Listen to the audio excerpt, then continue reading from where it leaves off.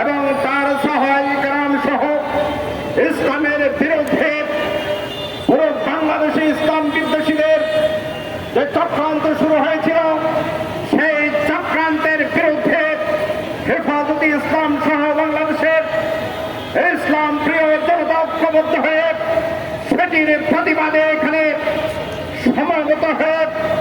তারা তাদের যৌক্তিক দাবিগুলো উপস্থাপন করে সরকারের সামনে বলেছিল এই ন্যায্য দাবিগুলো মানতে হবে। কিন্তু তারা সেই ন্যায্য দাবি না মেনে নির্বিচারে রাতের অন্ধকারে গুলি করে পাখির মতো হত্যা করে সেদিন প্রমাণ করতে চেয়েছিল বাংলাদেশে ইসলামপন্থী দেশপ্রেমিক লোকদের কোন স্থান নাই, তারা প্রমাণ করতে চেয়েছিল। কিন্তু সেই দিনে বাংলাদেশের মানুষের বুকে যে খুনের দ্বারা বেড়েছিল ইসলাম বিদ্বেষীদেরকে রুখে দেওয়ার জন্য সেদিন যে শক্তি সামর্থ্য চিন্তা পরিকল্পনা আমাদের বুকে আমরা ধারণ করেছিলাম,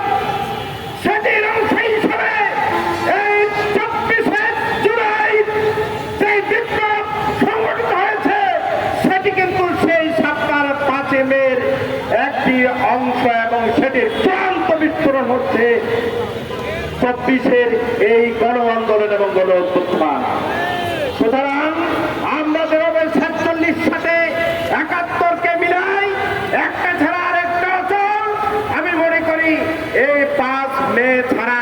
ঠিক কিভাবে 24শে আগস্টের ছাত্র শ্রমিক সাধারণ মানুষের আন্দোলনের মাধ্যমে হাসিনা যে পালিয়ে যেতে বাধ্য হয়েছে এটি তার এই ফসলের অংশ। সংগ্রামী বন্ধুগণ, সুস্পষ্ট